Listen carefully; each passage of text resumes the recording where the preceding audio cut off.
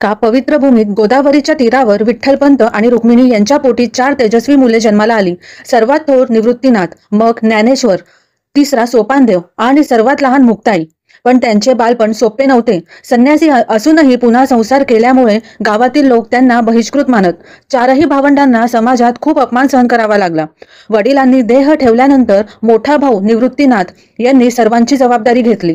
ते आपले गुरु बनले आणि त्यांनी ज्ञानेश्वराला ईश्वराच्या मार्गावर चालण्याची प्रेरणा दिली।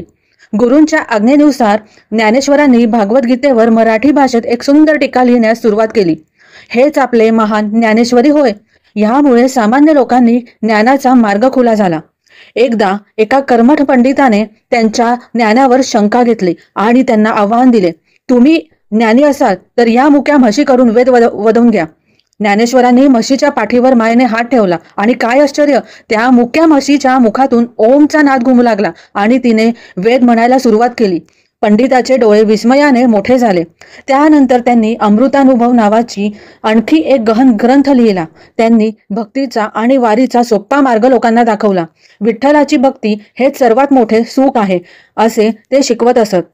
संत ज्ञानेश्वर माऊलींच्या प्रेरणेने अनेक लोक विठ्ठलांच्या भेटीसाठी वारीमध्ये सहभागी होऊ लागले। ज्ञानेश्वरांनी रचलेली वारी आजही लाखो भक्तांना पंढरपुराकडे घेऊन जाते। आपले कार्य पूर्ण झाल्यावर ज्ञानेश्वरांनी जगाचा निरोप घेण्याचे ठरवले।